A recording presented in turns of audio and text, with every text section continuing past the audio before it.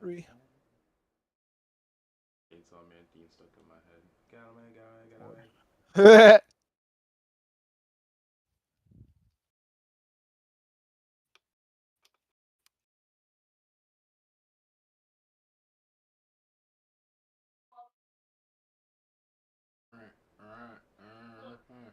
I got a hash brown that I seasoned.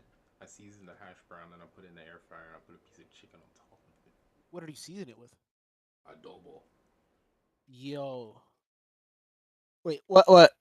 Is it like like a store bought hash brown, or is it like Yeah. a Dunkin' one? Oh, okay.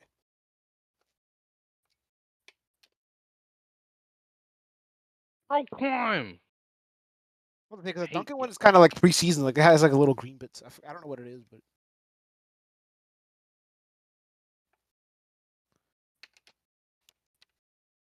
Hold on. Dame la gasolina, gasolina. Dame la there's gasolina. only a fuck ton of screws on this. What the fuck? So many.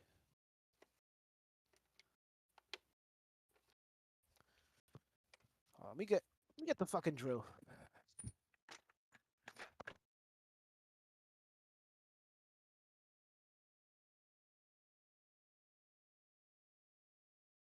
Make it like super slow.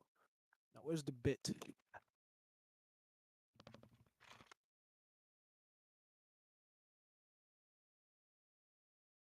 it's this.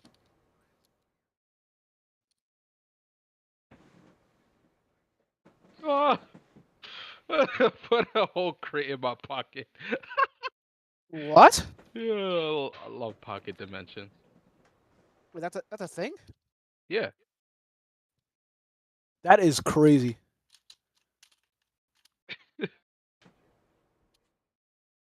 Oh my gosh, this game is hilarious. Bro, don't do it.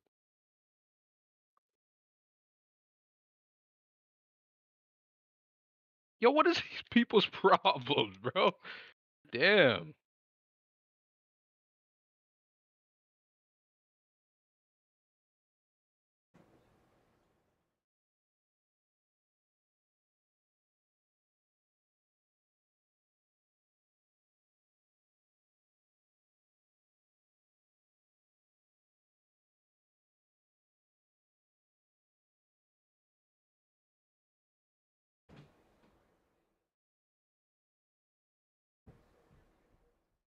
Oh, stop. Don't throw it at me, please.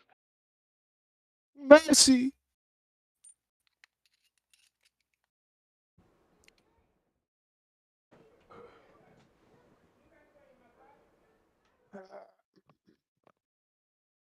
Mercy, please, mercy. Bro, Mercy for my poor let me soul. meditate. Oh my, yeah, his lips are massive. Ew. Yo, You greasing him for what? my character just got greasy lips. I don't know why. He's been eating. He ate something.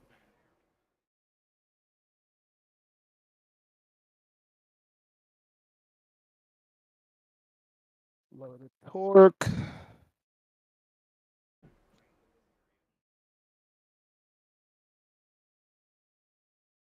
All right. You just continue.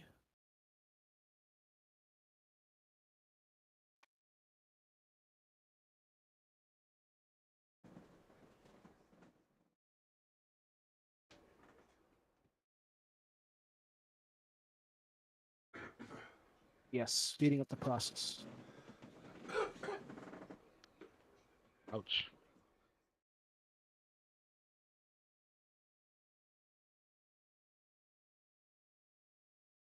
Typically, you do not want to use high torque screwdrivers or drills on plastic. It will shear it really quickly.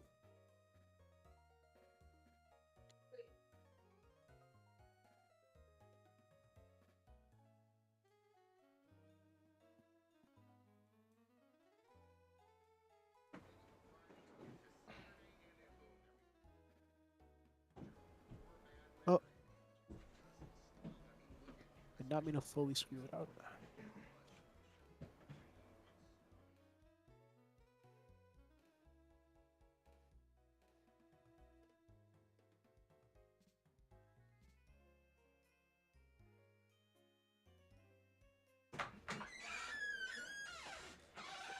Uh,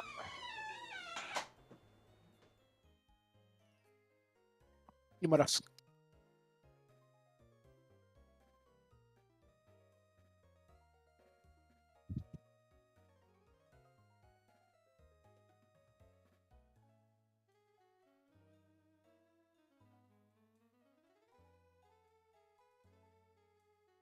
Why there's so many people up here, bro?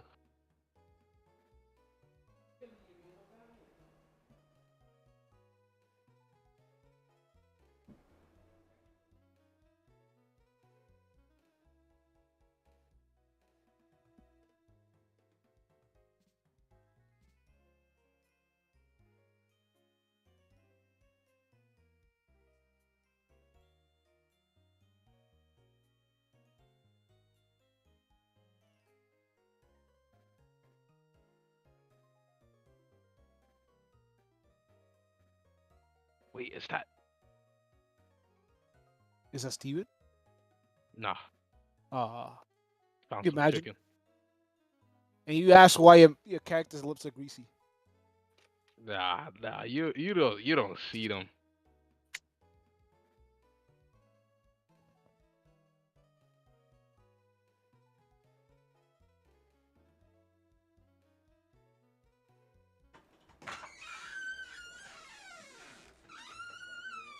You're right. I don't. No. Vicious missed. Where's it at? Yes. Hold on. Now I actually got a chance.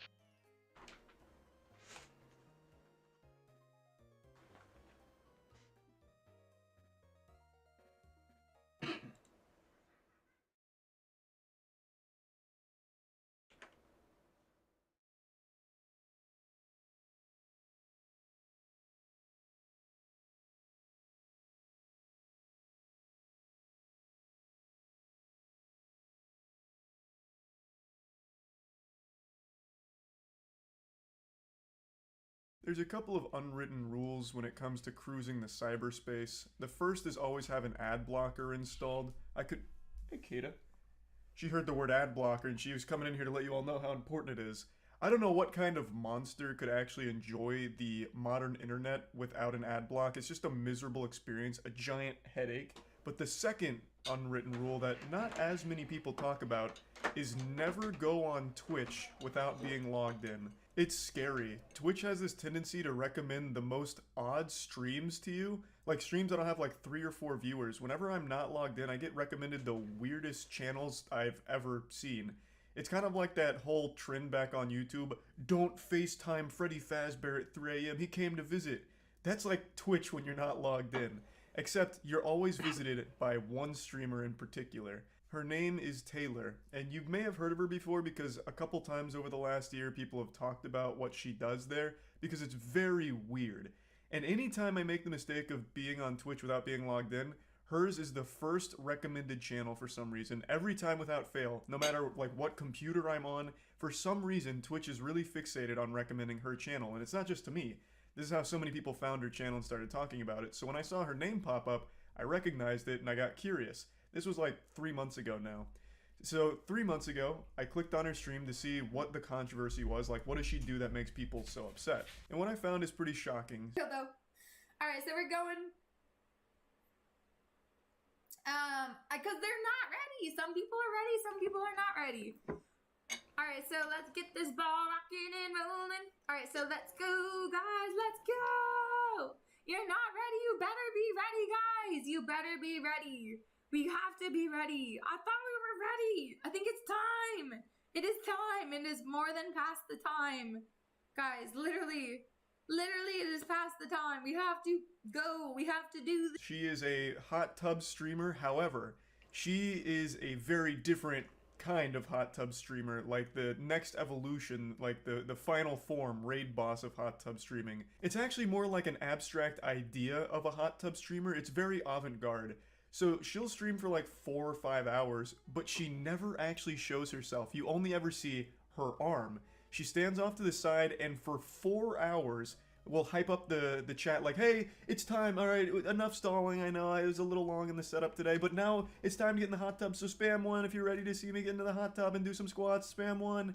And it's nothing but stalling endlessly. I guess the idea is to prolong blue balls from the horny chatters that just want to jerk off to the hot tub streamer, and she'll milk them for 4 hours, up to 6 hours. I think her world record so far, her personal best, is 6 hours of stalling, and then I think she usually comes on at the very end for about like 10 minutes or so before wrapping.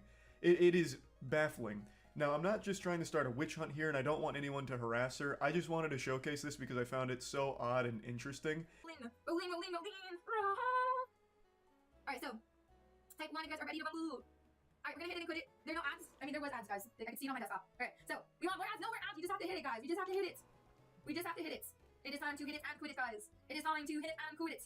So, it is time. Remember, Lane Calm 2023 is here. What a way. We are. This is footage I captured from right now. So she starts usually around like 9 a.m. EST, and she'll go till like 2 p.m. without ever showing herself, apparently. It is incredible. I have a couple conspiracy theories I'll share in a moment, but you can see she's already been doing this for over 3.5 hours. It's such an interesting hustle that I don't fully understand. So my conspiracy theory is that it was pre-recorded. I think she does do some streams that have to be pre-recorded because there's just no way. And the minimal interaction with chat, as well as like some subs that she doesn't thank, makes me really feel like there is an element of pre-recorded video to this, which I'm not positive on. That's of course me just putting on the tinfoil hat and speculating. I just can't fully wrap my tiny little reptile brain around the concept of this, because she's making significantly less money from the people in chat than she would if she was just a normal hot tub streamer. This like baiting for 4 to 6 hours doesn't work out super well because people are constantly filtering in and out and getting upset at her. And there's not a whole lot of sub activity from it either. So it feels like it's just counterintuitive. It's almost like it's supposed to be a parody of hot tub streams, but it's lacking the self-awareness, and she, at the end of the day, is the one that's by far the most bored by standing there for 4 hours or so, saying the same things over and over again like an NPC with only a few dialogue choices. She's clearly always trying to fill as much time as possible, and that ends with her just repeating herself constantly. Now, she does have mods, which I was very curious about because are the mods in on it? Do they know?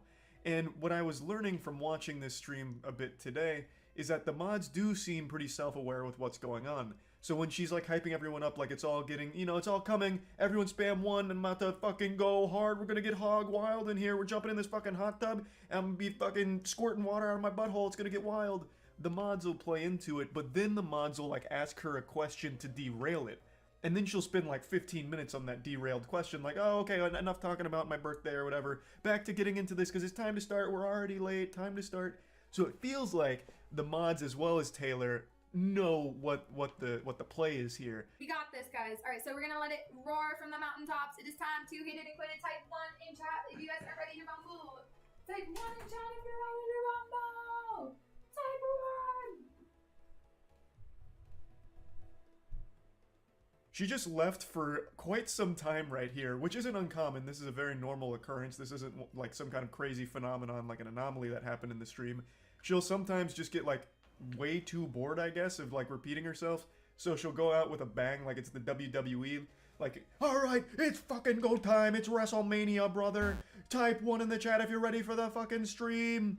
And then you'll hear her close the door behind herself, and then it's just silence for like 10 minutes, and then she'll come back and be like, alright, sorry guys, had to get some water. It reminds me of that old shit on 4chan with Mr. Bones' Wild Ride, where it just never ends. Or that scene in The Fairly Odd Parents when Timmy Turner and his dad were on their way to a ride, but they're taking this long escalator, and Timmy says, when do we get to the ride? And the dad says, this is the ride. That's like her whole stream. And I guess it must work to some degree. Like, she is popular. I mean, 5,000 viewer average is very, very good.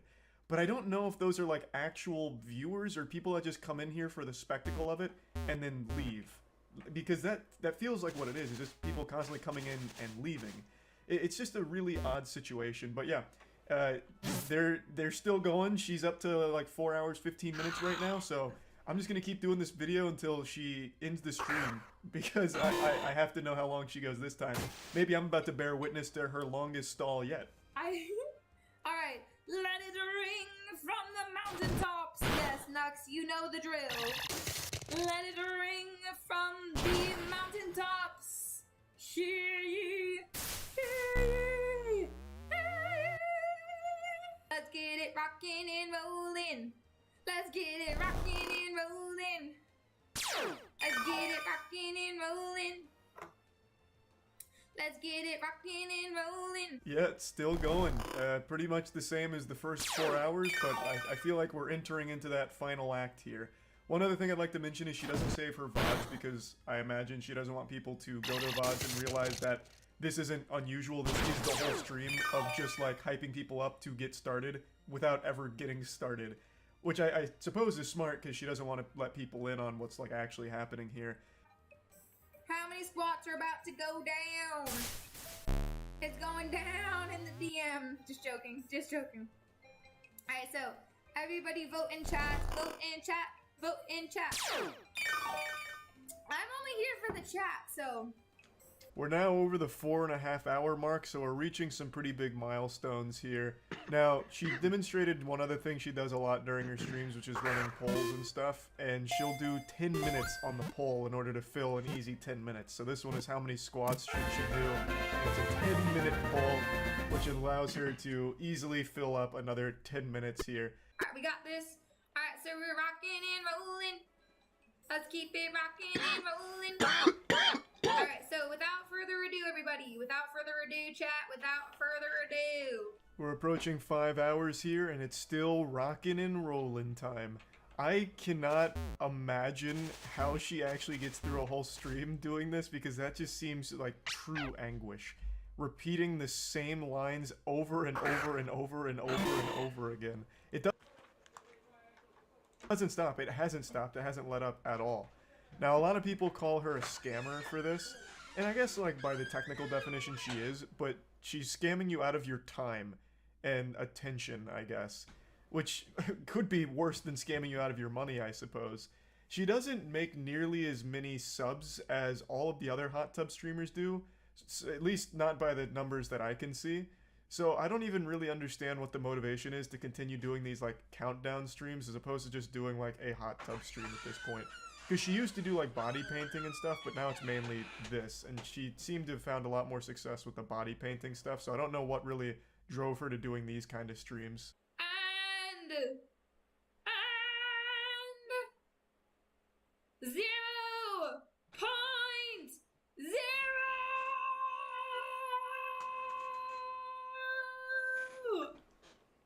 0.009. Guys, We've made it past the 5 hour mark now. She did a countdown, hitting 0 and then getting into the deep decimal places. It's getting huge. The excitement is really building. imagine standing my whole life. I mean, I imagine. I don't know what to say. Alright, so we are hopping on. We're over 5.5 hours now. I've just been grinding Slayer and RuneScape with this in the background, and it is unlike anything I've ever experienced. It's painful, but she's making a push for the world record here. I think it's gonna go to like 6 hours, 6.5 hours till she hops on stream for a couple minutes before ending. So I should be here for the world record run she's making right now. So, howdy. Welcome to Jurassic Park, guys. So we are gonna get this ball. 5 hours and 55 minutes for her to make her first appearance here. That's wild. We just missed the world record here. She didn't quite break the 6 hour mark. But you want to know what's even wilder? Is she only stayed on stream for about like 6 or 7 minutes, and then she left. And now it's just been this iPad here for like the last, I don't know, probably 8 or so minutes. Time is moving at such a weird pace right now with this fucking stream here. It's like purgatory. But yeah, now it's just an iPad and some music.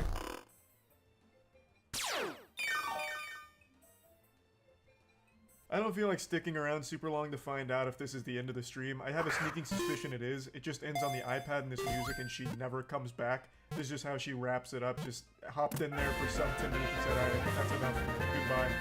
What a fucking wild, weird stream channel. This is what she does daily, pretty much. Anytime I'm not logged in, her channel is recommended, and it's always this. I've just never bothered sticking around for more than like 2 seconds just to see if it's different. But today I wanted to see it till the very end, and it looks like I have. I'm not gonna stay for another fucking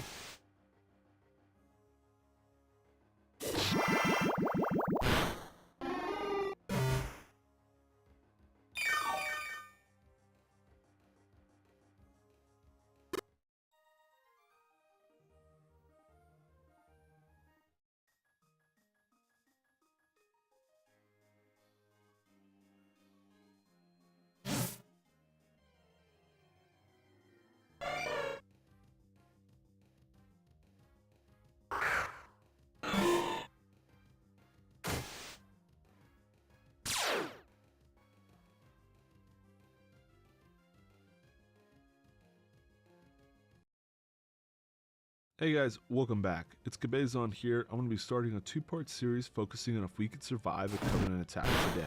To best understand that scenario, I feel like we first must explore how the Covenant would actually attack, what weapons they would use, and what effects they would have. Obviously, if you've ever been around the Halo series, you know that the Covenant primarily relies on plasma-based weapons. So this week we're going to start with that. We'll take a deep dive in how plasma-based weapons realistically could work, what comparable technologies are out there, and how devastating their effects would really be. I'd like to do a quick plug. As a small-time creator, I've only been making videos for a few months. Your guys' support really does go a long way. If you find this entertaining, please consider subscribing to the channel. It really does help me out. Alright, let's talk about plasma weapons in the Halo universe. Keep in mind, a lot of this, as it's explained in the lore, is a bit jargony, and that's not a knock against the authors, nor is it a knock against the games. You have to keep in mind when you're world building for a science fiction universe using technologies that we don't understand completely today, you kind of have to make it up as you go. I'll do my best to explain how it is explained in the lore, and then we'll touch on how it realistically could happen later. The Covenant, as we know, use salvaged Forerunner parts largely to enhance their own technology, and that's true for the weapons as well. They use Forerunner pieces to generate plasma. Most of their weapons have an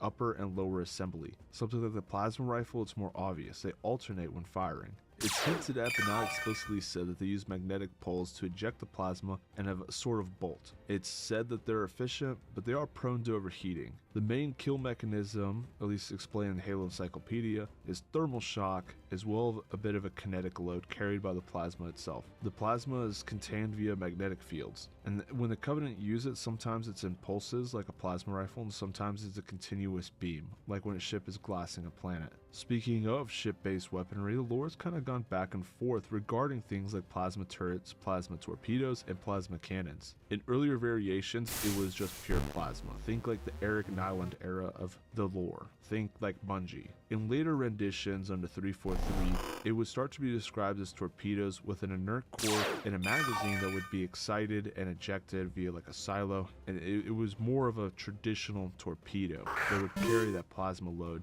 to destroy a ship. So that's how Halo describes it, but what can we find comparable in the real world? Well, there's a few different technologies that kind of made up with what the intent is behind the Covenant's weapons. Lasers, plasma weapons, and particle accelerators. Now all of this is bleeding edge technology. I don't have a doctorate. I've taken a few physics courses back in high school before I dropped out, so I'll do my best to explain it as I understand it. For some of the stuff, if you find it interesting, I would recommend taking a deeper dive in academic studies online as well as other YouTube videos that really get into the nitty-gritty physics behind everything. Alright, let's talk about plasma weapons. Well, you have Project Marauder. This was a early 1990s project by the United States Air Force to develop plasma-based weapons. Because plasma is typically less dense than gas, and it's super high, it expands. Once it's being constrained by a magnetic field, it quickly loses its integrity. To keep the plasma intact, the project created a toroid, which is kind of like a donut. These toroids are stable, much like blowing a smoke ring, because it spins incredibly quickly around its radial axis. So that allows fluid 1, in this case the dense plasma, to remain intact as it spins through the fluid around it, in this case the atmosphere. Approaching it from this method allowed them to create a plasma projectile that only weighed 1 to 2 milligrams, but it moved at 3% the speed of light, and it carried the punch of 5 pounds of TNT. The thermal effects were described as devastating, and that's because, think about it, if it hits your body, the water in your blood and organs would vaporize, and water is incompressible, so when you have a lot of gaseous water vapor inside of you, you quickly turn into red mist, which I know is very graphic and morbid, but that's just being true. Much like lightning is striking a tree, even metal, people, organic objects like plants would explode or catch fire immediately. On top of the explosive effect of plasma, the free electrons, because plasma is ionized, the electrons kind of move freely like a soup, those would enter any sort of electronic system, even if it wasn't destroyed by the thermal effects, causing things like overcurrent, like basically frying it. There was another technology that came on a little bit before than the 1980s. It was part of the Strategic Defense Initiative, aka Ronald Reagan's Star Wars programs. This was the X-ray pumped laser. It was a concept for anti-ballistic missiles, and the way it worked is you had to have these rods, and inside these rods would be a nuclear warhead, and this is out in space. Those rods would point towards launching ballistic missiles from the Soviet Union. The nuclear warhead would detonate. The gamma rays would be absorbed by the rods, which would excite them at an atomic level substantially. The absorbed gamma rays would cause the rod to emit an extremely focused and bright X-ray laser from the tip. That X-ray laser would hit the launching missiles and causing them to explode. The thing though is it takes an immense amount of power. That's why they were using nukes. But still, it was about a 1 megaton nuke just to destroy one incoming missile. And these lasers could only penetrate about 19 miles into the atmosphere in the best case circumstance. And keep in mind, space doesn't technically start until 50 miles, and that the atmosphere closest to the surface tends to be the thickest, most humid, nice and soupy. And because of that, the laser would not be able to penetrate all the way down, not without substantially more power. Last but not least are particle accelerators. There's actually been a circumstance where particle accelerator, a worker was inside it when it fired. It went through his skull. He lived without any kind of serious effects, but that's largely because the particles are so small, but that could be scaled up to be more of a weapon. Alright, let's tie it together. How can we take what the Covenant's intent was in their design with real-world weapons? Well, like I said, plasma bolts, as described in the lore, not realistic.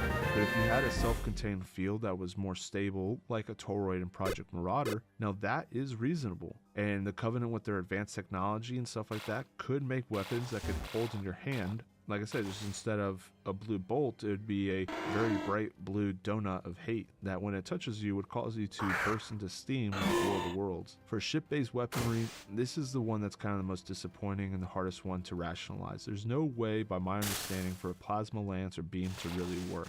There's just no way to contain that beam with electromagnetic field and have it stay kind of intact and coherent all the way to the surface. I mean, you gotta keep in mind the sun is massive, and it frequently ejects, we call solar flares, coronal mass ejections. Our magnetic sphere protects us from that type of stuff. So if you're trying to glass us from orbit, you're having to punch your way through that same magnetic sphere, which is able to absorb massive loads, so to speak, from the sun on a relatively frequent basis. I just don't think it's feasible. Nor do I think you're able to create some sort of magnetic channel that allow the beam to stay focused all the way down. The flip side is you don't need to do any of that. There's alternatives. Extremely powerful lasers would meet the Covenant's intent, and it's actually ironic because the byproduct of incredibly powerful lasers in atmosphere is atmospheric blooming. It's actually a bad thing, because what happens is the atmosphere starts to absorb some of the thermal loads from the laser and turns to plasma. And so you would have a beam of plasma hitting the surface, but instead of plasma being the intent, it would be a byproduct of an incredibly focused and powerful laser.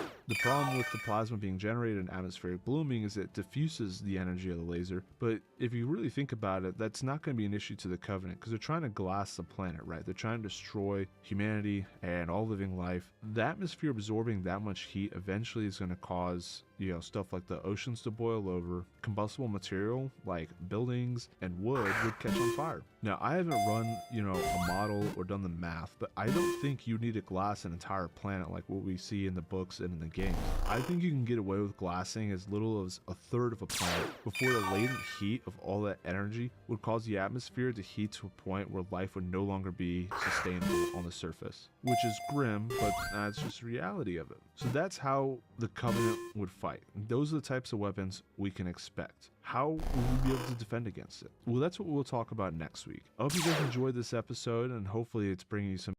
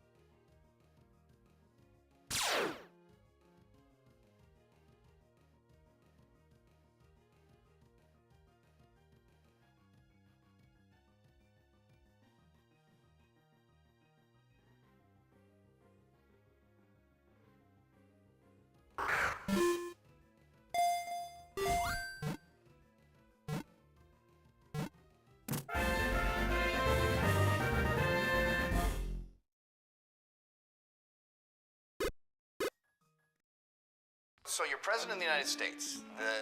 The thing does not hurt your campaign. First day It helps my campaign. Okay, it helps your campaign. Yeah. You're in office. It's day one, and someone walks in and they go, so what are we gonna do about these Jews? During the past few years, you couldn't help but notice the sheer amount of celebrities that decided to speak out about what they define as the horrors of cancel culture. Ricky Gervais has spoken out once again about the dangers of cancel culture during a recent interview. These celebrities feel as if their lives have been tarnished, ruined, simply because of the fact that people on Twitter are kind of mad at them for something that they've done. And while I do think that it's easy and also kind of fun to point at these celebrities and laugh at them for crying about something that does feel a bit stupid, considering the fact that they are millionaires at the end of the day, I think it's important to notice and point out that there is a bit of a pattern here. Time and time again, these celebrities would fall down a bit of a dark path. While their opinions might have been kind of extreme from the get-go, they would get more and more extreme, more and more radicalized as they fall down this rabbit hole. Jews should work for Christians. I'll hire a Jewish person in a second. If I knew they weren't a spy and I could look through their phone and follow them to their house and have a camera all in their living room. You may look at one of these celebrities, this person that you once loved, and think to yourself, what caused this situation? What made them be who they are today? Is it this sort of separation from the public, feeling like you're being attacked? You have to hit back, and you have to hit back soon. Is it just the fact that these people are now way, way richer than they used to be? Make some noise for the richest man in the world. Or is it the people who have a lot to gain from this sort of character development? Well, let's find out from various corners of my room. This is The Pinely Show. Literally tens of millions of people in the United States who are afraid that the cancel culture is coming up for them. Every human being has something of value that they brought to the table, especially Hitler. Gina Carano was once a rising star. Started off as a Muay Thai fighter, an MMA fighter. She acted in a bunch of movies, and she was also in The Mandalorian, where she did not that great of a job in my opinion. All of that, though, was essentially thrown out of the window because of one specific thing that she's done. Gina Carano will not be returning to The Mandalorian or the Star Wars galaxy amid backlash from a social media post the actress shared, implying that being a Republican today is like being Jewish during the Holocaust. After being fired by Disney, Gina received a lot of support from the right, unsurprisingly so. She was painted almost immediately as some sort of martyr, a fallen soldier who died in the battle against cancel culture. What exactly was so controversial about what she said? Well, being a Republican today is like being Jewish during the Holocaust. My Disney Plus subscription is complete. They probably won't care, but this was the comment I left as to why I canceled, which I am posting to every YouTube video. Jesus Christ, I'm not gonna read any of that. And with 185 likes, I guess her point remains valid. Yeah, no, her point really does remain valid. Being fired from a show is essentially the same as being a Jewish person in the Holocaust. Alright, so what was the actual tweet at hand that got her fired? Because history is edited, most people today don't realize that to get to the point where Nazi soldiers could easily round up thousands of Jews, the government first made their own neighbors hate them, simply for being Jewish. How is that any different from hating someone for their political views? What political views was Gina referring to? Come on. Gina's tweets before this were pretty damn spicy. She was talking about, I guess, alluding towards election fraud, even though it's pretty damn clear what she actually thinks. She was complaining all the time about, like, masks and shit. And people online were mad, as they usually are. They were disagreeing with her takes, and I guess that hurt her little feelings so much that she decided that, yes, Joe Badussi calling her a dumbass on Twitter is pretty much comparable to being murdered for your ethnicity. Back during the Trump administration, Republicans had a lot of control. They had a majority in the Senate, Trump was obviously in power, but something still felt off. What they dreamed that would happen right after Trump getting elected didn't happen. America didn't become this sort of incredible utopia. It wasn't quote-unquote great again. These people needed something to put all their problems onto, some separate boogeyman, something that has nothing to do with governmental control because this is what they already had. Something that has zero to do with government and has everything to do with the people. So being cancelled became exactly that. It became that scary, terrifying force. Gina herself is a sentiment to how effective this campaign truly was. She thinks that what she went through is really comparable to being a Jewish person in the Holocaust. That's insane. What do you think, Grumbo the Fox? Do you think that she actually deserved to get fired for that? Definitely for her acting. You know how I feel about the Empire. But these stripes mean there are rules I need to follow. It's like seeing a plank of wood with a pair of sunglasses on it. It feels badass, but it's just bad acting. It doesn't really act all that great. Oh, Grumbo, you always make such a good point. That's why we all love you here on The Pinely Show. We love you, Grumbo. Want to hear another good point, or? That's his actual name. Yeah, sure. This video is sponsored by Harry's. I may just be a fox, but I love Harry. 50% of the recommend starter set, you get an incredible... At the end of the day, this wasn't done because Disney wanted to do something that's actually good. They don't really give a shit. They're a massive company, and Gina was a bit of a problem for them. She was saying things that didn't align with what they want to seem like. She was a liability, something that made them look bad. She was on Twitter all day, arguing about like masks and shit. They don't really want that type of image attached to them. They're just a massive corporation that wants to make a lot of money.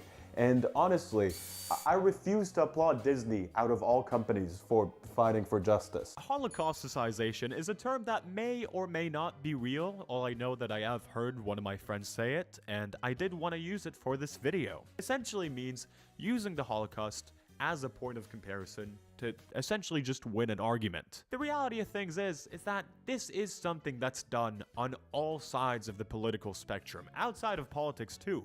People love comparing everything to the Holocaust, and while sometimes these comparisons may be made in favor of something that I do ultimately agree with, I always just find it kind of cheap and, I don't know, disgusting. A lot of the times, it just shows a general lack of knowledge or willing to understand the true horrors of what happened back then when you just decide to compare anything that seems bad to you as, oh, it's just like the Holocaust. I talk about it more, but last time I decided to speak out about anti-Semitism on this channel, the video got demonetized, so I guess I'll shut my mouth. While I do think that what Gina did was disgusting and wrong, yeah, there have been instances from people from the other side of the political spectrum making similar comparisons, and, you know, nothing really happened to them at the end of the day. Gina clearly felt isolated from society to some extent after this happened, and sort of before that. Her tweets again and again and again were her crying out about how she's feeling like she's being bullied, a grown woman. And obviously, her being fired probably didn't help those feelings of self-pity. Feeling as if the mainstream audience that once loved her is now attacking her like she has no one on her side anymore.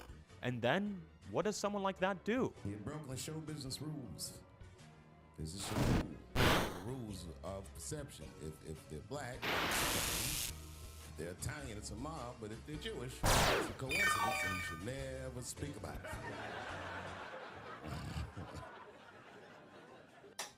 it. It bunches all of these people up, creating the world's worst echo chamber. It's a forced connection. That's why you have a situation where Gina Carano, who has made some edgy comments about the Holocaust, is now friends with Ben Shapiro, a man who complains about everything and is also Jewish. Shapiro, who again loves complaining, shows a bit more of an understanding side to his friends and peers, platforming Kanye West again and again and again. Kanye West is friends with Nick Fuentes, a man who has made a career out of hating minorities. Nick is a walking contradiction himself, considering his last name is Fuentes, and according to a lot of sources, it is a name of Jewish origins, which is kind of ironic considering he is a Nazi. All of this leaves us with this ragtag team of shitheads. Some of them are grifters who benefit off of saying the most inflammatory things possible, bouncing off of each other, making each other and their audience become more and more extreme as time goes. Some of them are there because this is a place that finally accepts their twisted little views. And there's also a very small portion of them which actually has talent. Ladies and gentlemen, Dave Chappelle! This is from Dave Chappelle, a SNL monologue that he did a few weeks ago. I watched the whole thing, and, I mean, for the most part, it is funny, right? Yeah, I mean, Chappelle's delivery is on point here, as it usually is. Don't really care about that, though. For the first half of this monologue, Chappelle again and again and again tries to paint Kanye West and his recent actions as something that's kind of heroic in a way. The one person that decided to stand up against showbiz rules. It's a big deal. In Brooklyn, show business rules. This is a rule. You know, the rules of perception. If they're black, then it's a gang. If they're Italian, it's a mob. But if they're Jewish, it's a coincidence, and you should never speak about it. By saying this, by delivering it in his classic Dave Chappelle way of lowering his voice and looking downwards and saying things a bit more slowly, he essentially tries to make it seem like now he's talking real shit. This time, he's saying some smart shit and you should listen to him. He's essentially creating a fun little fantasy world where Kanye West, by saying I'm going DEFCON 3 on all Jewish people, actually did something that's pretty brave, and we should applaud him for that. And everyone's been wanting to do that for a very long time. Which, if that's the case, oh god. His actions didn't come from a place of hate. No. What he did was actually like a good thing. He's a hero. And early in my career, I learned that there are two words in the English language that you should never say together in sequence. Those words are the and Jew.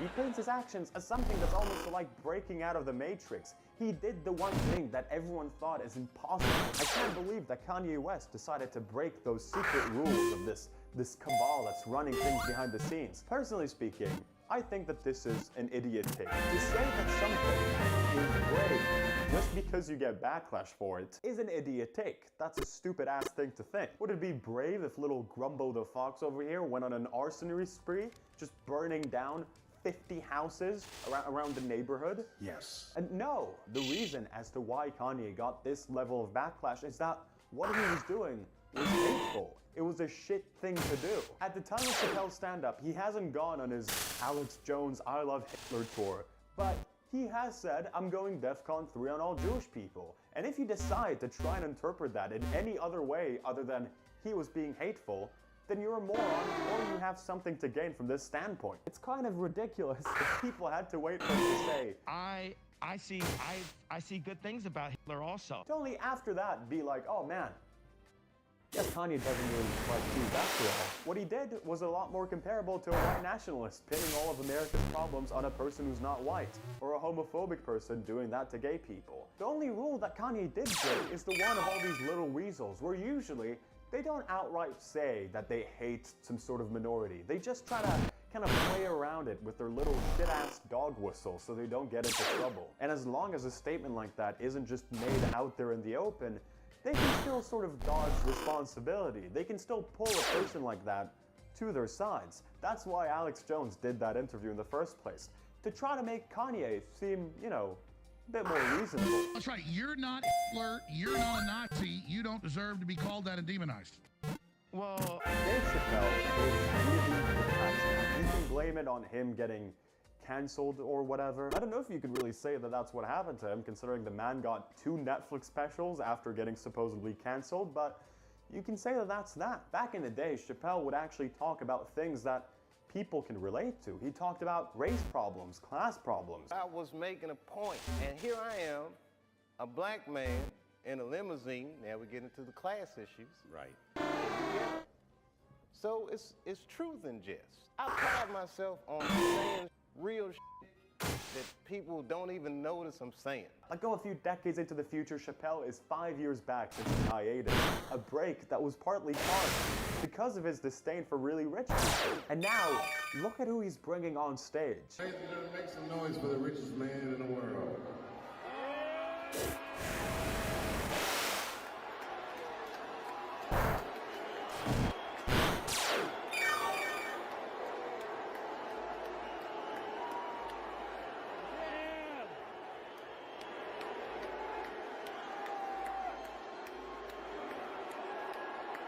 Tough on the head, like sounds like. But you notice one thing, all those people are booing, and I'm just pointing out the obvious. You have terrible seats. Cheering on the richest man in the world for being rich, laughing at his audience for being poor. There's something about being cancelled that almost pins a celebrity directly against the public. Because, like we said earlier, it's something that comes from the public. It wasn't rich people, it wasn't billionaires that attacked Chappelle. Actually, when this whole thing happened, Netflix's CEO, a man worth $3.3 billion, said that he would order Dave Chappelle specials again and again and again, despite employee backlash. He stood by him in this difficult time. It wouldn't be too extreme to think that Chappelle saw this sort of backlash that he received from quote-unquote the common man and developed some sort of disdain and made him realize that this isn't really his club anymore. They're not with him. His club is one that includes a man worth $3.3 billion. His club is the one that includes the richest man in the world. It's what made him defend the richest man in the world against the horrors of being booed. Hey, wait a minute. Those of you.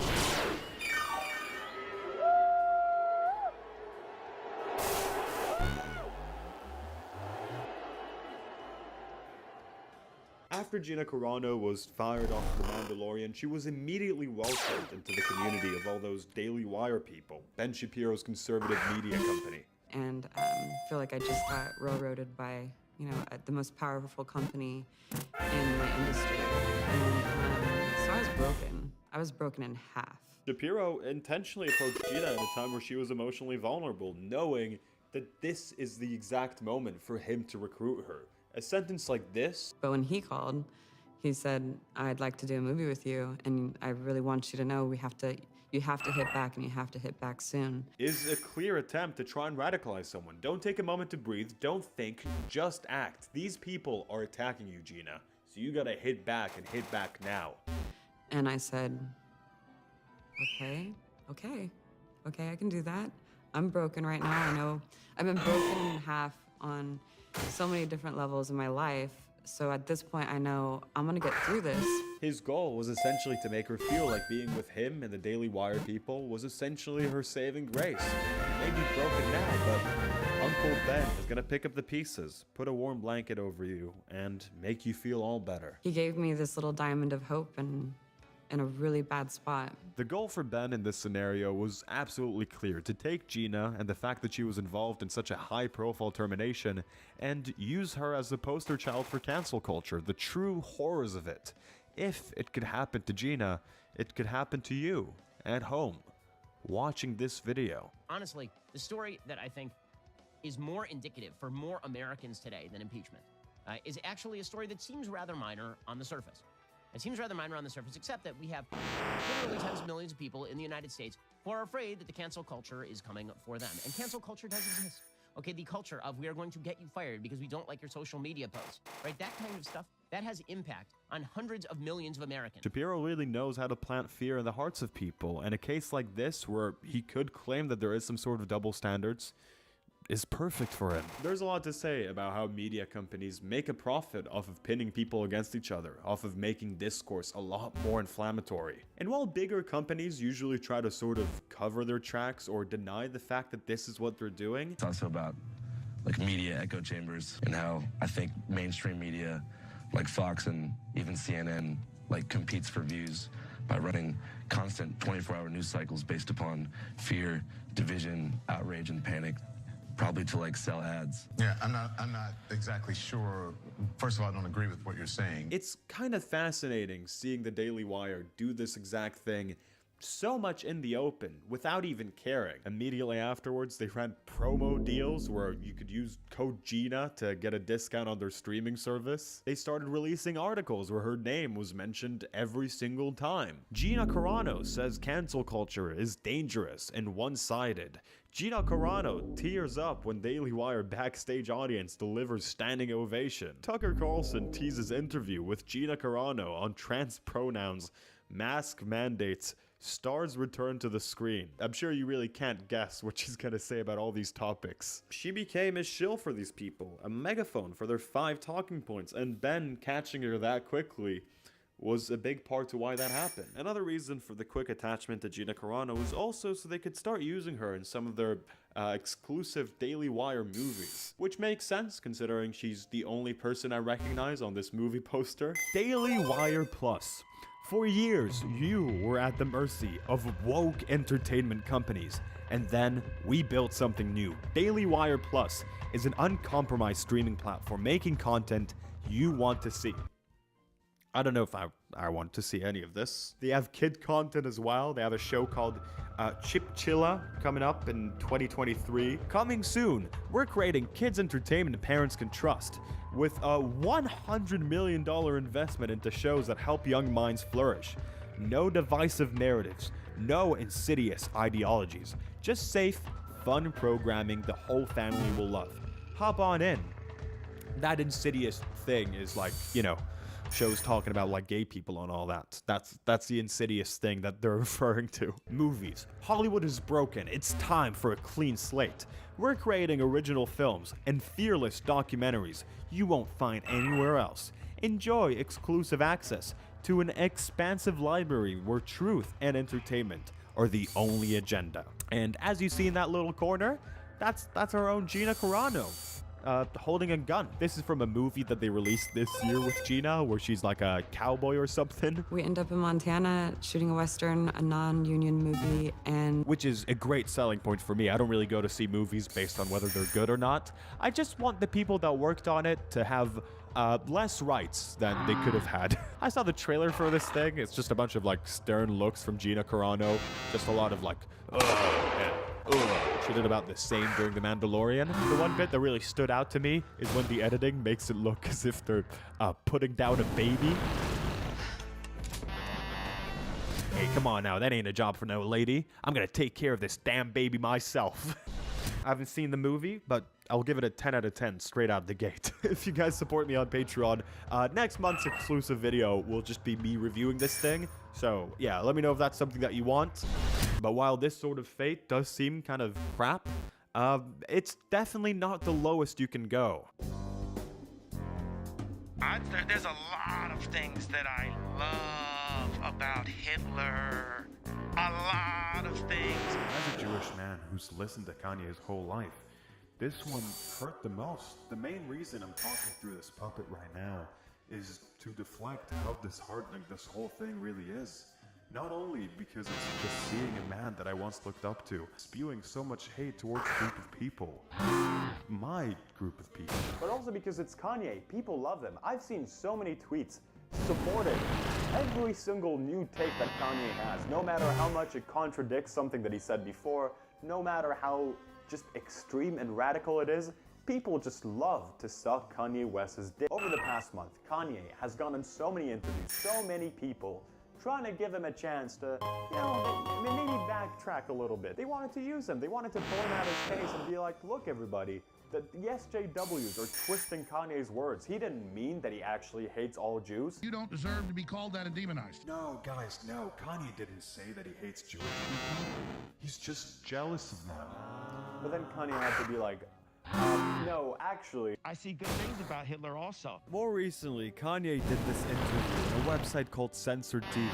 They dubbed it as an intervention.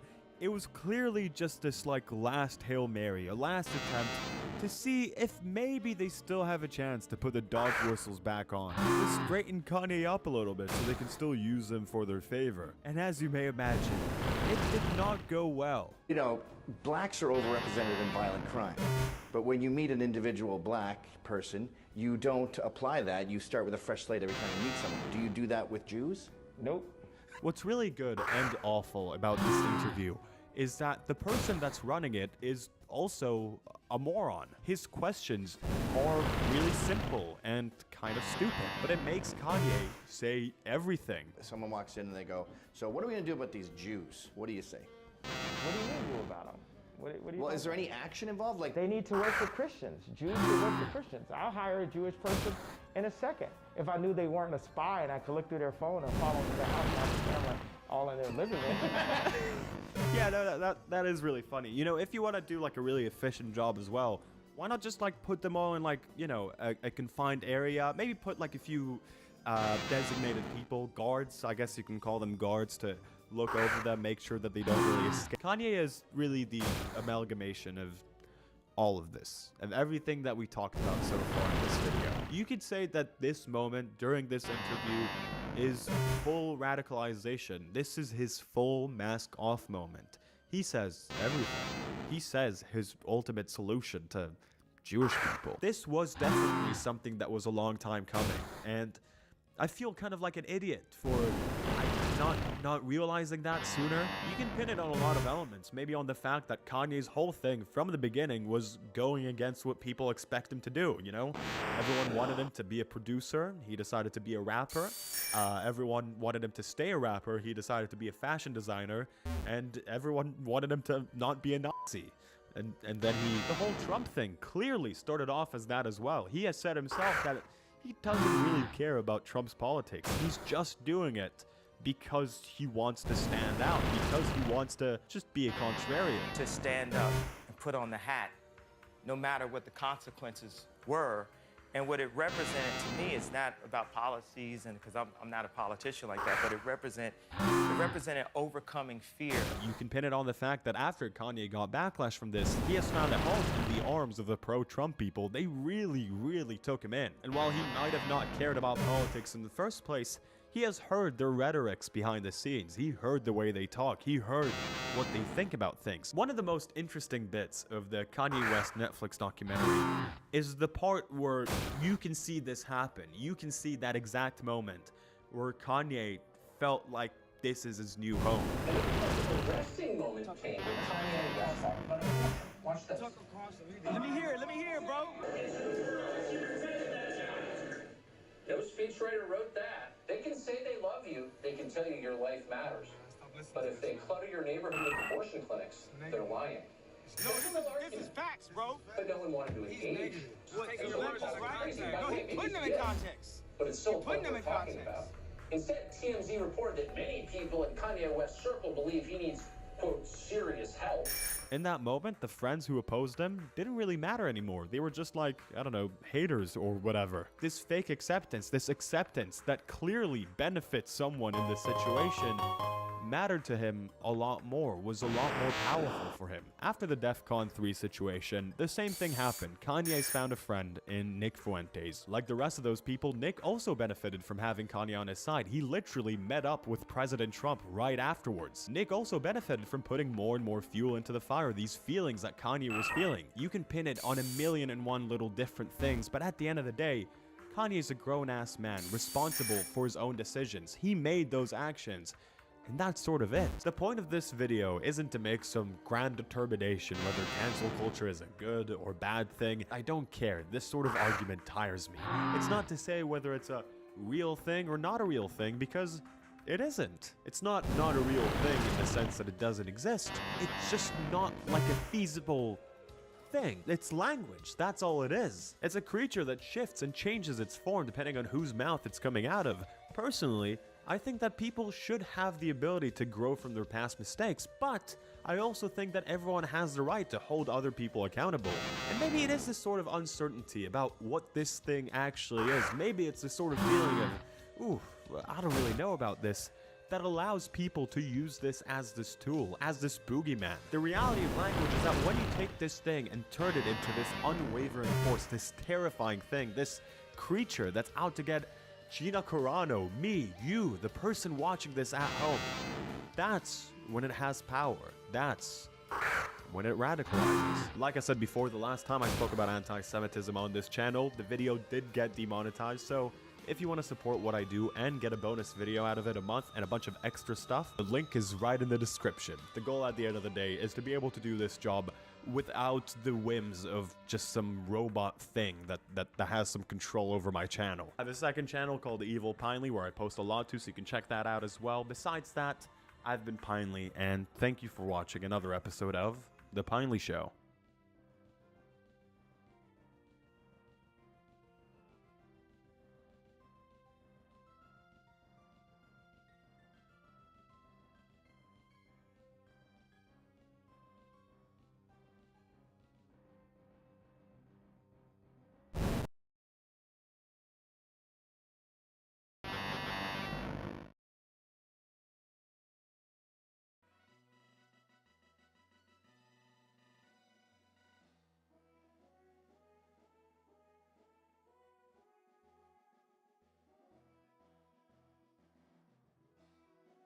How much do you know about lying?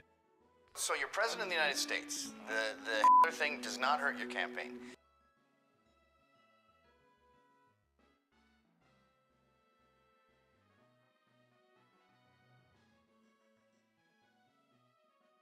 In this way, European countries utilize social conditioning. Social conditioning is the sociological progress of training individuals in a society to respond in a manner generally approved by the society in general, and peer groups within society. By subjecting African individuals to years and years of oppression, this same oppression was ultimately, sadly, accepted. It was that or be punished. European countries throughout the years managed to marinate unfair practices as socially acceptable throughout the years, both within Africa and outside of it. By outside of it, I mean, to be realistic, no one cares about Africa's struggles with overseas companies. This essentially means imperialism's influence never really went away. The only difference was, instead of governments running colonial states, companies became the said rulers. You know why it's called capitalism? Because this practice exists to capitalize off decades of white supremacist slave labor. Someone got a trademark. The Ivory Coast's economy is agriculturally based. Where you see a plant, they see money. They literally grow money. From cocoa, copra, pineapples, rubber, palm oil, coffee, wood, cotton, and various fruits are farmed in the Ivory Coast, then sold in the market both domestically and abroad. As the performative white woman would say, can you do the honors, flamingo? We stand an exploited queen. I love that guy. That guy's so cool, man. He's better. He's chilling. The small country of the Ivory Coast has been faced with exploitation since conception. In fact, the Ivory Coast historical exploitation still rages on to the modern day. I mean, it's not Ukraine or an old Gothic building conjured up by ruthless tyrants. So why should we fund it, right? There's cottagecore in Ukraine, but there's no cottagecore in the Ivory Coast. So why should we care, right? White supremacy still lives on. The Ivory Coast is economically eclipsed by superpowers that continue to sap its resources. So it's by no means a surprise that the Ivory Coast is also without worldwide political power. Because of these key factors, the Ivory Coast fell to the malicious tactics of international business. You see, in the Western world, we have all kinds of rules and laws to protect our workers. Well, if you call $15 a livable wage, I guess. We have the good fortune of having lobbyists, a rich economic history fueled by white supremacy, and laws that work in favor of our laborers. Till you want enough money to go to school or buy a house and live comfortably. Then you're on your own, bud. However, exploited countries like the Ivory Coast, in comparison to the West, have almost no checks and balances for overseas companies. To put this into perspective, the minimum salary in the Ivory Coast is 129,000 CFA. That's a big number, hey. 100,000. In COVID times, I would kill for 6 figures in my bank account. I got like 2. I'm not lying. Please support my Patreon.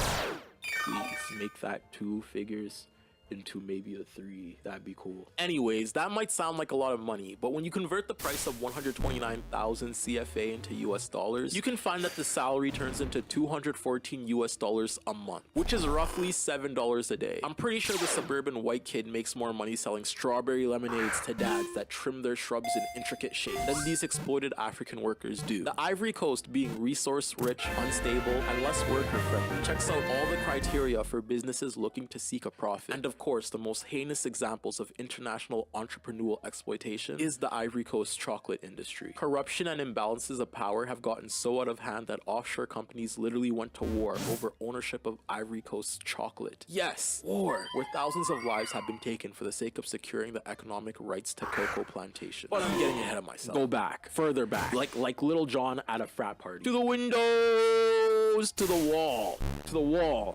to 1960.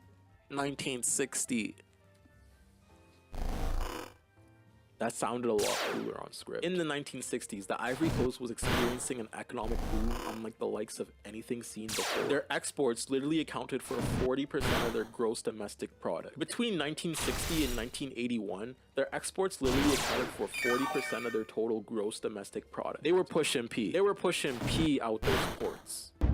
Pushing P means pushing products, so that applies, which means 40% of the goods and service that the country made a profit from was coming directly from exports like cocoa. For instance, have you ever played one of those cafe games or any kind of Roblox mini clip or cool math ripoff? Basically, this is the equivalent of all your customers coming in and ordering an espresso, which I don't know why you drink. It's bitter and it hits like crack in the 90s. However, in the Ivory Coast situation, everyone in the world was developing a taste for chocolate, and the Ivory Coast, being the most cocoa-enriched place in the world, was flexing like a 2016 SoundCloud rapper. Their money was coming in and their economy was skyrocketing. It went like phew, stomps. However, the Ivory Coast government took a percentage of this money through a practice called rents. These rents were deductions meant to bolster the economy. Since these deductions were dependent on how much the agricultural sector was making, the Ivory Coast president at this time promoted this sector by inviting cheap labor from abroad to work on cocoa holding. This policy came to be known as the I can't read that, it's too French for me. Editor, please take over. Houphouet Boigny policy, that was so bad. Which was also the president's name at the time. I think the president was trying to cement his legacy by slapping his name on a societally changing policy, which I get because I'd totally slap my name onto the lynching of billionaires if it was a thing. But this aged terribly, like the opposite of wine. I don't want to say milk because that's kind of played up. But I mean, yeah, if life was a diving contest, he did cement his legacy by encasing himself in the said cement and then diving into the Marianas Trench. And then in a futile attempt to swim back to shore, he drowned about 3,000 feet under. Anyways, I'm just gonna call this the Hugh Compromise. The Hugh Compromise guaranteed that land would quote-unquote belong to those who make it produce, on a you work it, you own it type, which opened the possibility of land ownership for non-citizens. Immigrants eager to start a new life would look at this policy like a gold mine, as would anyone. This policy was almost too good to be true. Immigrants both benefited from owning the land while simultaneously reaping the rewards of their labor, thus drawn by the prospect of having their own fertile lands to work with someday. Hundreds and thousands of migrant workers streamed across the country's northern borders in order to take advantage of this opportunity. The result of this was, by 1981, almost all wage laborers on smallholder farms were immigrants. Over 1 million people had come in from Upper Volta, now currently known as Burkina Faso, which is a country in Western Africa, and 500,000 people had come in to work from Mali. The Ivory Coast region was struggling with a cultural identity problem already. They had different ideological differences, cultural differences of ethics. They were just different. You know, try to get a classroom of kids to decide on one ice cream flavor. Some are gonna pick the pink bubblegum ice cream, that circle little ice cream, maybe the Sonic one with the ouya. Now apply that metaphor to the Ivory Coast government, but instead of ice cream, it's the economy, social setting, and everything that they know and love. Basically, what you get is political turmoil. What I'm saying is there were major unforeseen consequences that would ultimately cripple the cocoa rents that the government relied on, whilst building foundations for future conflict. One of these unforeseen consequences regarded the newly imported migrant workers, who took advantage of the property ownership policy, the Hugh Compromise, which made ownership for non-citizens a possibility by investing in their own farms when they owned enough money to do so. It's like playing Farmville with a limited amount of land. Herb, did you just compare the political unrest that would disenfranchise millions of people to Farmville? Yes, I did. Welcome to Turb's chat, where we use the most critical of metaphors in order to get a point across. As time went on, economic factors that led to these smaller cocoa farms failing in total production, mainly due to limits on space that could be cultivated. The Ivory Coast was only so big, and more producers meant a decrease in average production per holding. The Hugh property rights policy also encouraged unlimited expansion and exploitation of land by treating it as a cost-free resource. The free-for-all mentality encouraged by the government started a decline in land productivity, a decline in production, and thus a decline in rent subsidies for the government. When you rely on Adam Smith, you ultimately get Adam smitten with greed, corruption, and economic disparities. And the solution to these problems? Work them more than they've ever been worked in their life. Failing rent stressed the needs for greater production towards the country's migrant laborers, which then only deepened the downward spiral that they were experiencing. The Hugh Compromise was horrible for the economy, but it did improve the imported workers' welfare and sense of belonging in the Ivory Coast society, but only for the workers, remember that. Most of the Ivory Coast didn't take well to the workers succeeding the way they did. Remember how I said Africa was rigidly foreign and tensions among ethnic groups still existed? Well, now there was a whole new ethnic groups siphoning money from the economy, and they were doing this better than most of the dominant ethnic groups at the time. And as crops grew scarce, southern ethnic groups began to resent the migrants' successes. In the Lipalul community, I might not be pronouncing that right, which is one of the most powerful ethnic groups in the Ivory Coast, migrant laborers had taken so much land from their former shareholdings that the Balul had trouble turning a profit. Migrants had so much power at this time that instead of working on elite Balul farms, they worked on their own or other migrants' farms. Having less land reserved for this dominant group also increased pressure on Balul politicians, which I'm probably saying wrong. Another major ethnic group in the Ivory Coast, the Bati, also carried resentment towards these immigrants. The Bati earned their money by leasing fertile land to farmers and cultivators, meaning the Hugh Compromise made it impossible for the Bati to turn a fortune, because instead of leasing land, these migrants could just own the land they worked on. Combined with the worldwide decline in cocoa prices in the 1980s, crop rents, which were essentially funding the economy at the time, plummeted. Instead of dealing with tensions between ethno-groups and the Hugh policy failure, the Ivory Coast decided to just extract more rent. The work of Adam Smith, smithening the economy with his Smith fists.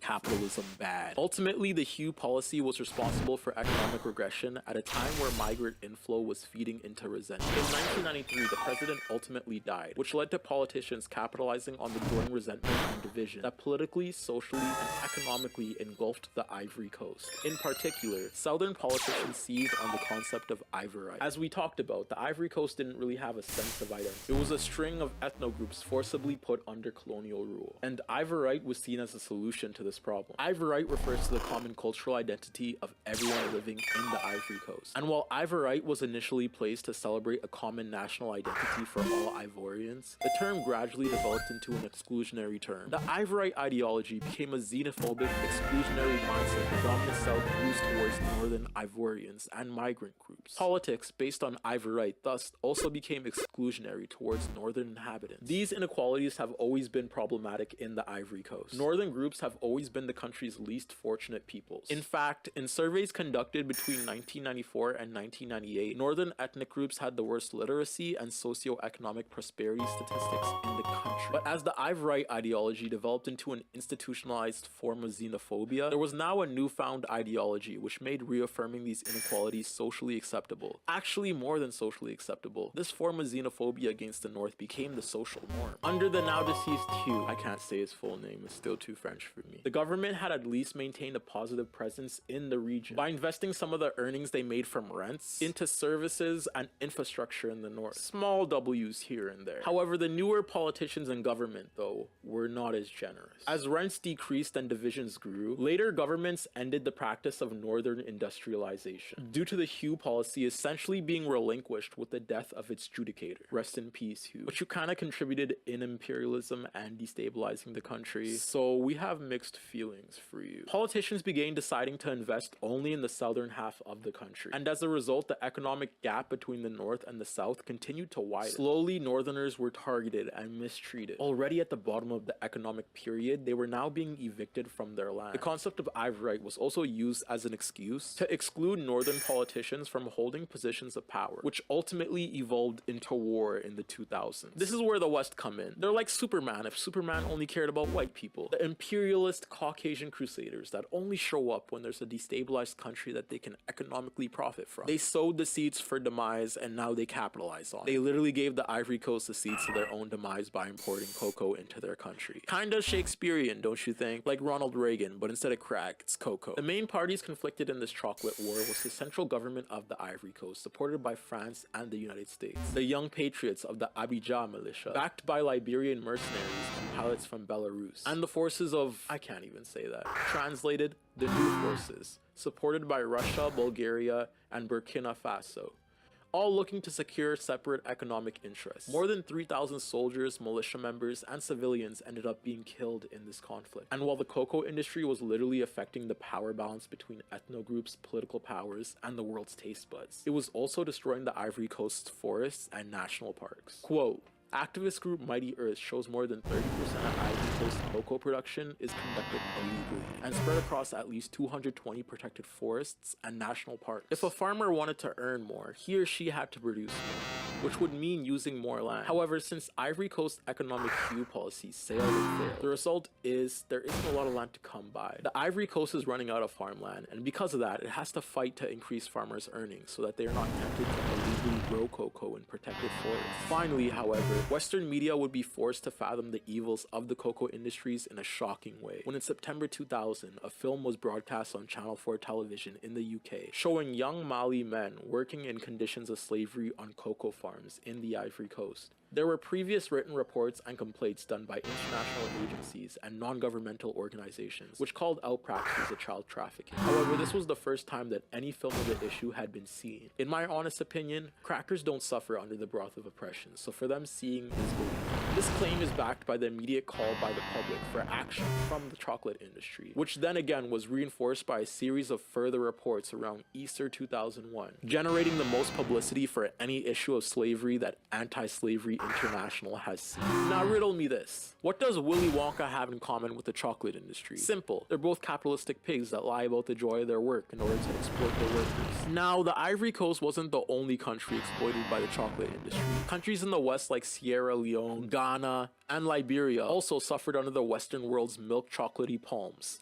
Pun intended. These countries all suffered under imperialistic reign in differing ways. What they shared though was the economic commodity being targeted, the resource known as cocoa beans. This is what chocolate gets its flavor and texture from. Without cocoa beans, chocolate just can't be made. Chocolate is literally just fermented cocoa beans. Now that we grasp the history of oppression, we can really understand how the chocolate industry was able to exploit African people. But the Ivory Coast is just one example of a political landscape that was tormented by the cocoa bean. I say African people because their victims stretch further than just the Ivory Coast. Western countries like Ghana and Liberia are also exploited for every inch of cocoa Adam Smith can shake out.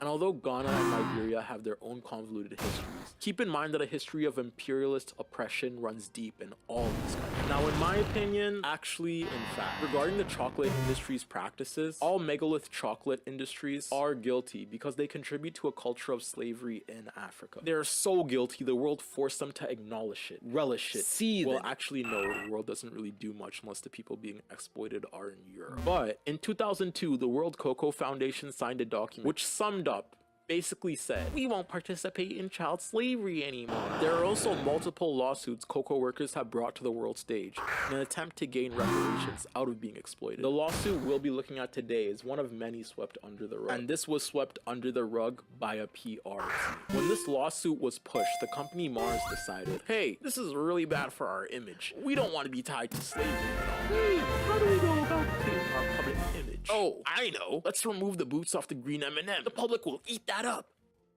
God, William, you're a genius. Specifically in this lawsuit, the companies Mars, Nestle, and Hershey are facing a child slavery lawsuit in the US. 8 young African adults who worked on the cocoa plantation on the Ivory Coast in their adolescence have come out and demanded compensation for their labor. These specific 8 people, like thousands of other children, spent their childhood slaving away for chocolate companies in hope of feeding their families with the little money they'd make.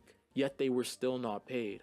It's sad because all these companies literally had to do in order to evade these lawsuits was pay these kids $30 a month out of the billions of dollars of revenue they make a year. That's less than a drop in the bucket. It's like if you assigned a chef to make a huge cake, okay? 3 stories tall, big as a skyscraper, all because you wanted to lick the spoon. So you spent years and years and years and years just beating the eggs, kneading the flour, and baking the cake.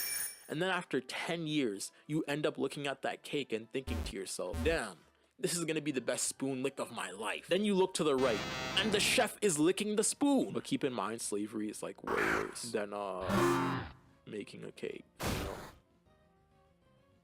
Yeah. Anyways, this is the first time that a class action of this kind has been filed against the cocoa industry in the US court. It's monumental. And on top of that, research done by the US State Department, the International Label Department, and UNICEF allege that these workers' experience with slavery is mirrored by thousands of other minors, meaning these young adults are unlikely to lose. They have tons of evidence at their disposal. A central allegation of the lawsuit is that the defendants, being the companies, knowingly profited from the illegal work of children. And to top it all off, according to the submissions, the young adults were only hired because they were kids, meaning their bosses profited off of providing lower prices to the kids than if they had employed adult workers with proper protective equipment. They couldn't give the workers $30 and be done with it. No, they wanted to pay the workers even less. So they took impressionable kids and forced them to work for money. Well, actually no money in this case. When the kids asked for the paychecks, they didn't even receive a penny. The lawsuit also accuses the companies, who are all a part of the World Cocoa Foundation, of actively misleading the public by hiding their slave trade from the media. In face, the cocoa company is so aware of its evils its products bring that in 2001 they instated the Harkin-Engel Protocol by promising to phase out some child labor. Keyword is some. Yeah,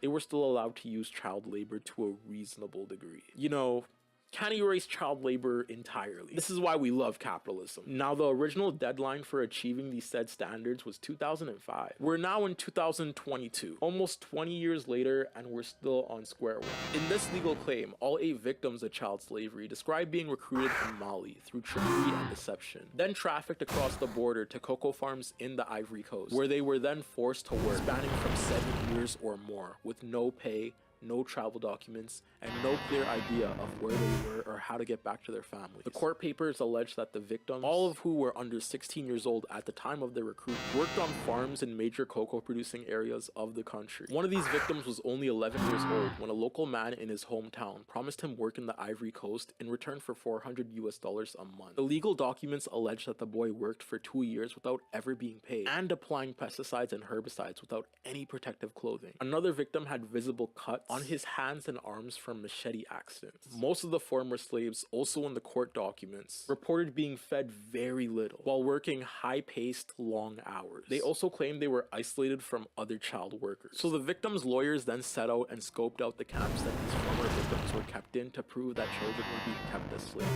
What they found were children were using machetes, applying chemicals, and undertaking other hazardous tasks on cocoa plantations that were producing for these companies. One of these companies listed in this case is Mars. Mars owns M&Ms, but they do way more than make chocolate bars. Mars is a multinational manufacturer of pet food and a provider of animal care services, with 40 billion in annual sales in 2020. In fact, it was ranked as the 6th largest privately held company in the United States by Forbes. And in an attempt to escape public scrutiny from this child slavery lawsuit, the Mars PR team met up and had a discussion. The question presented was what scapegoat they could use in order to escape this public scandal. Maybe they could just simply apologize and do better. Maybe they could do it Sienna May style and do a little Dougie and be like, sorry slaves. You know, it's not hard to say sorry. And obviously, concerning all the atrocities we just went over, it's more than needed. It's literally the least you could do. Sure, it's the equivalent of slapping a band-aid on a severed limb, but it's better than nothing, right? Yeah, no. Corporations as they are, in order to keep up their public image, just come up with diversions.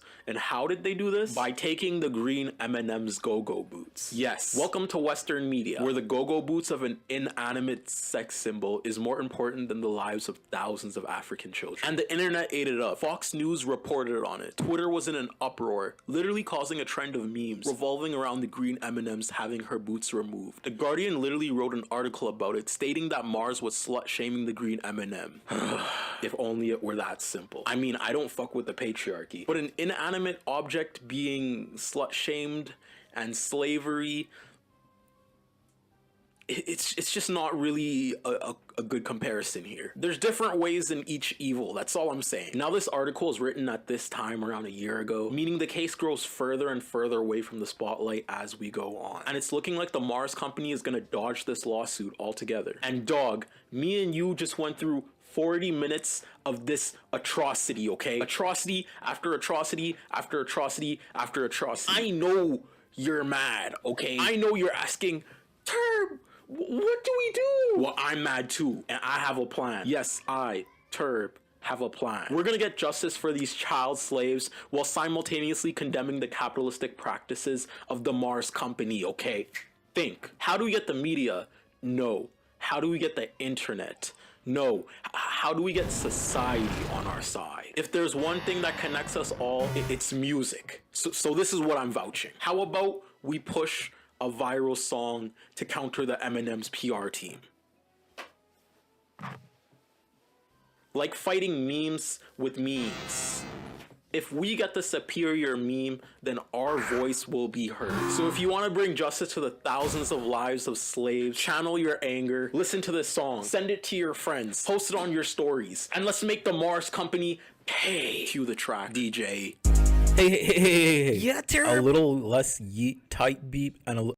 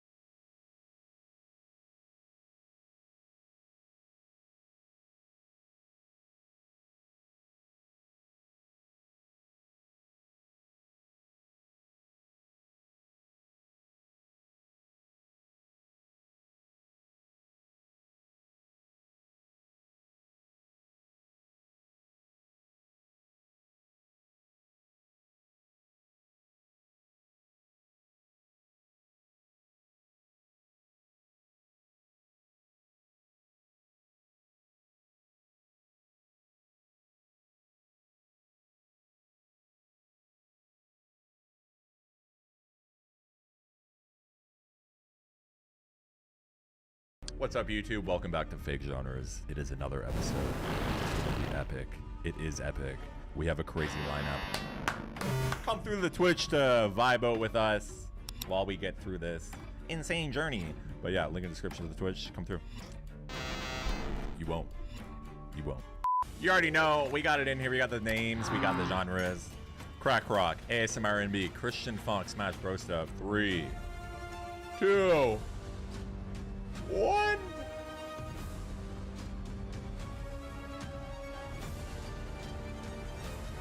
Oh!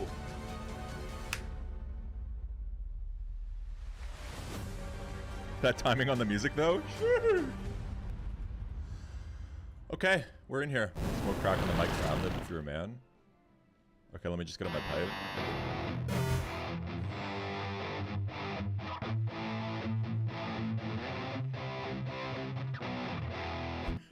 What do you think of that one? I think that's the energy right there. Thank you so much, Yaya Zuck.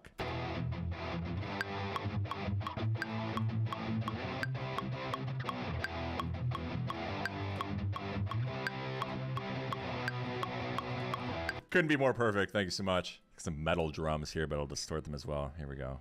Fairfax. Fairfax Volume 2. Black Velvet. Massive rock kits and epic stadium anthems. Sounds about right. Yeah.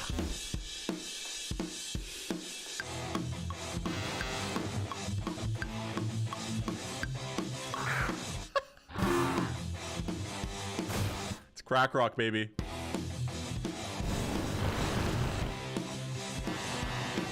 Yeah, it's crack rock. Gonna have to go with the vocal, aren't I? So I'm gonna resample those drums. Should I cook up a solo? I think you should, man. Honestly, I think you do it better than me. Should have Yaya Zuck one time. Fucking crack rock.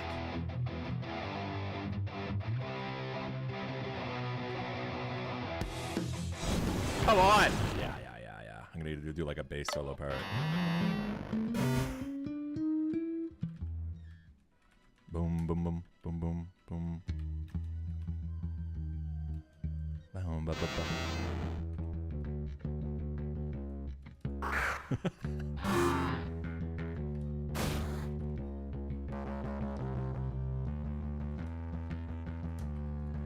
Rock lead. Let's see what Bill Bosch has. Okay.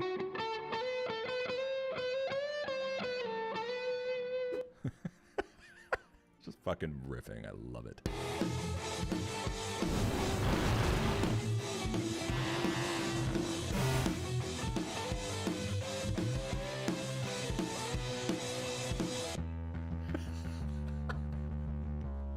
I'm just gonna add an impact because fuck it, we make EDM out here. We're gonna combine it.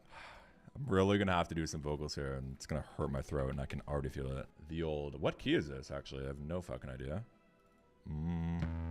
E minor. I believe I.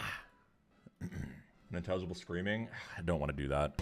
Yeah, I haven't slept for days, and I can't get no sleep now. Okay, it's something. Yeah, I haven't slept for days, and I can't get no sleep now.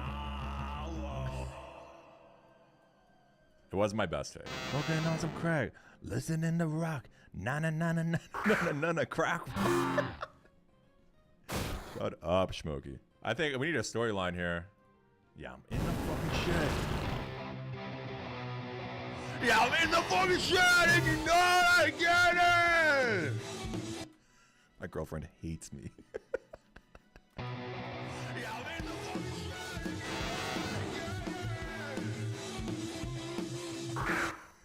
Oh, God damn it. I'm gonna text her and say I apologize for what's about to happen. Asked my dealer for a pack and he said I don't sell crack. I like that. Shizzy, thank you. Asked my dealer for some crack for a pack, he said he don't sell crack.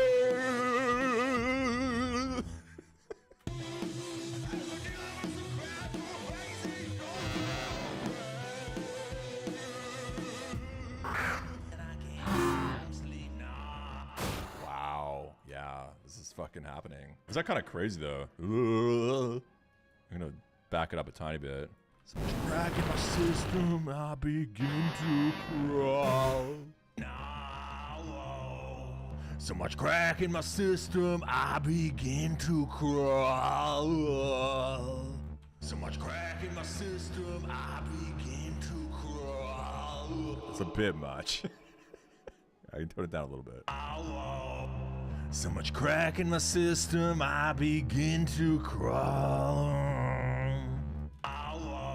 Really get the Beyonce. So crack in my system, I begin to crawl. Oh, I have the hook in my head. Crack in my system, I begin to crawl. Yeah, crack rock! Shit. Crawl. Yeah, crack rock! Yeah, crawl. Yeah, it's crack rock! You gotta layer it, Ben. This could be hard. With some delay on it? Imagine. Yeah, it's crack rock.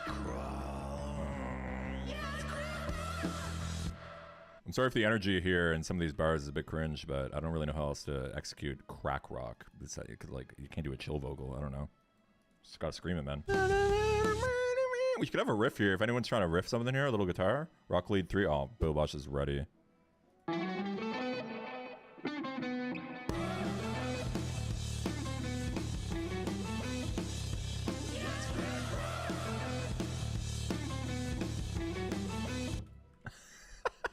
Should we do like a trap section? Get a beat in here? Imagine. Right here, just go like 808. Yeah, Zuck solo, let me see. Woo. Shredding.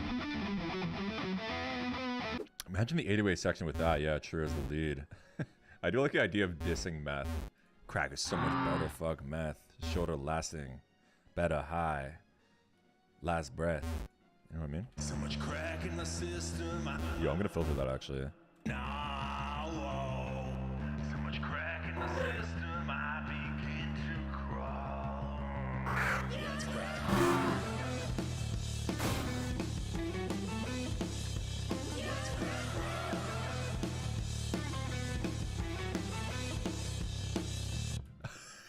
And then just go like 808 trap style beat here. Yeah, fuck man. We should do the callback to the meth rock for sure. Fuck meth, crack better. Fuck meth, crack better. Shit hard.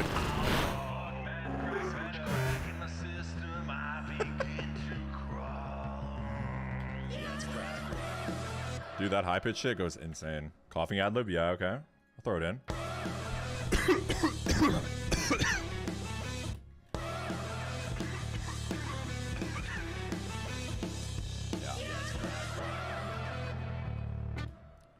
Okay, what happens here? Is this the solo moment right here?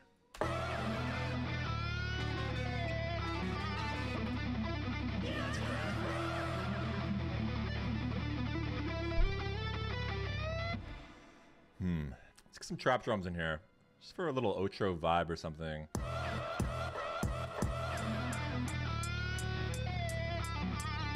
Yeah.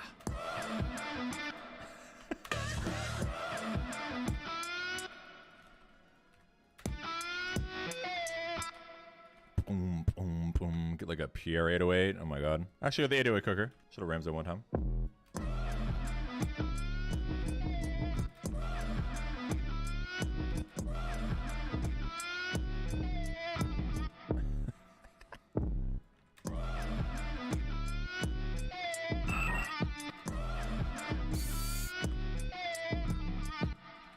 Away time.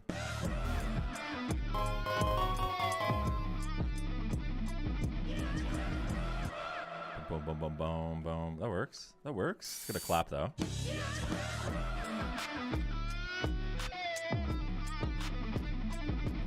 7 minutes remain. It's kind of hard. Add some open hats. Okay, okay, okay.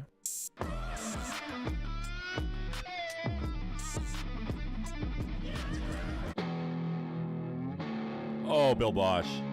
Yes.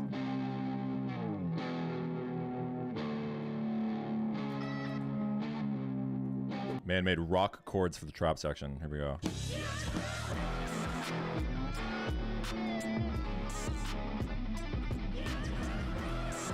this is a hit. Was it a good siren? Let's hear. Okay.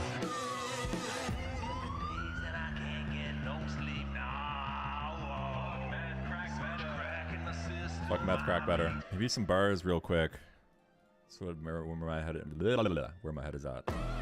Smoking crack while I play Minecraft. Smoking crack while I am on the shitter. Smoking crack while I play Minecraft. Smoking crack while I am on the shitter. Woo! Yeah. Chat, what is it? Throwing it back. This is something else. This is crack rock. I wasn't ready for this, but I think we made something. Let's run it.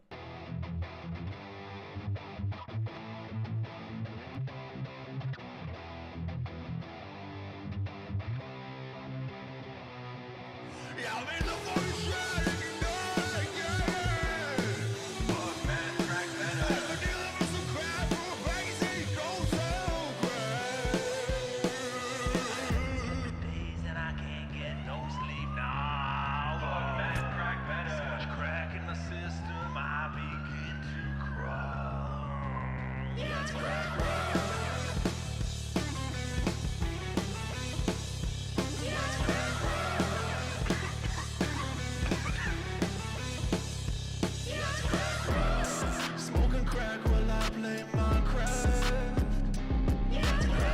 Smoking crack while I am on the shitter.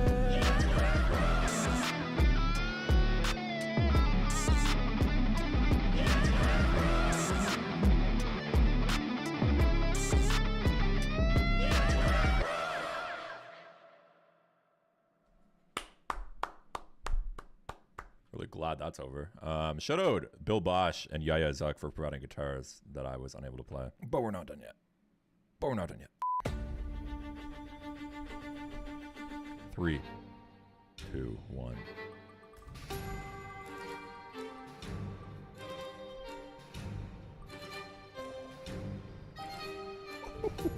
What BPM is this? 130? I think 130. Thank you, Skull. So Demon Pig 666 is posting ASMR already in the Simple Piece of Show. Let's take a listen.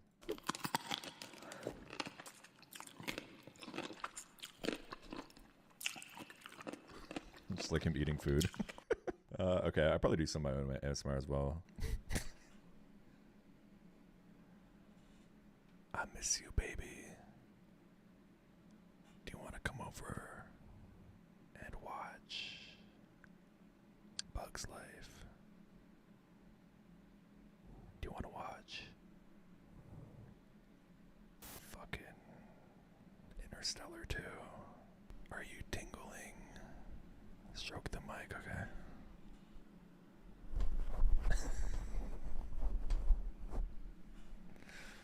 Didn't like that. Do you want to come over and watch Bug's Life? Okay. I miss Smooth Whoosh. What's this? I like that. This is the opposite energy of the last fucking song. It's hilarious. I miss you, baby. Do you want to come over? Okay. What's an R&B thing that I can do here? Maybe another guitar. Anyone have like any guitar players in the chat want to do another little thing here? Maybe a piano or like an organ or something. Let's get it.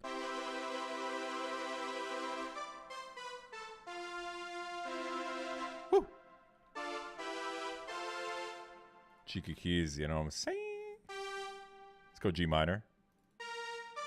I think we need a sexier, actually, sexier patch here. Angelic horns, what's this? Yeah. I miss you, baby. I miss you, baby.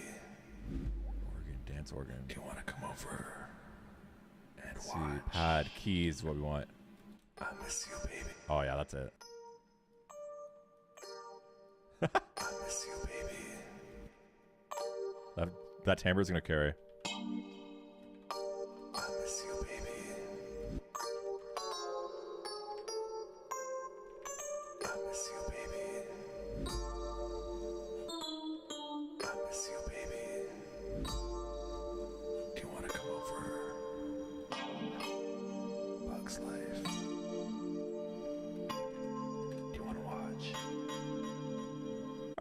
get a little sexy bass.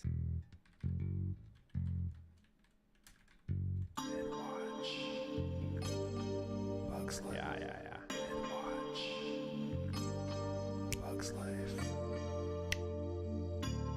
Do you want to watch?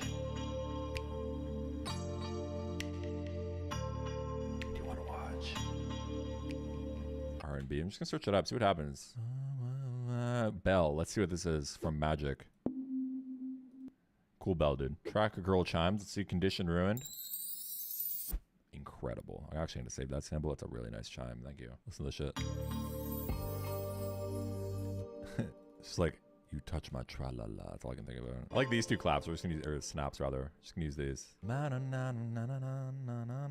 Where's Splicky? There you are.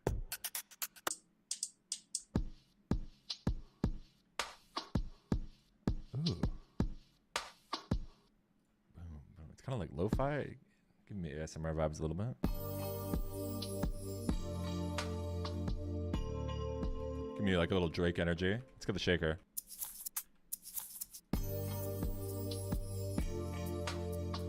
Some reverb on everything. Angelic woes. Okay, I like that.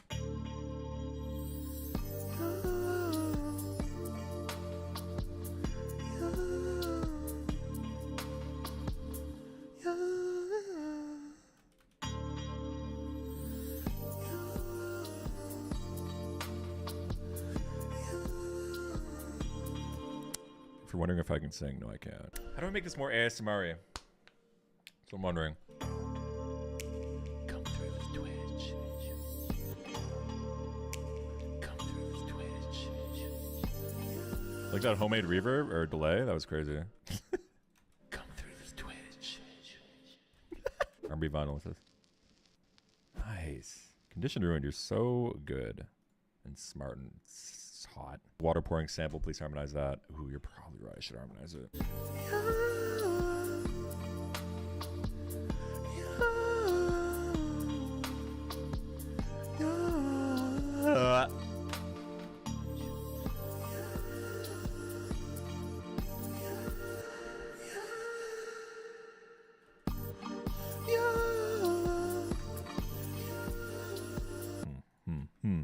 I could do like, oh, I could whisper rap. Yeah, you know I need you. Where did you go? You were mine. I miss you so. Yeah, you know I need you. Where did you go? You were mine. I miss you so. Oh, shoot! Should I like harmonize the whispers?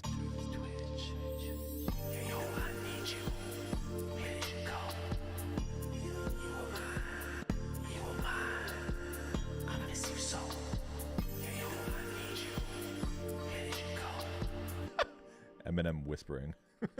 All right, we got some more samples in here from Skillful Eye. What's this? Glitching ASMR. That's pretty cool. Where did you go? You were mine. I miss you so. Okay. And then we got ASMR water spray. Yeah. Pluck Boy rave. Okay, I like Pluck Boy. Bugs Life. Do you want to watch? I'm gonna pitch it up maybe. I miss you, baby. Do you want to come over and watch? Okay, this intro is too long, bro. Let's go.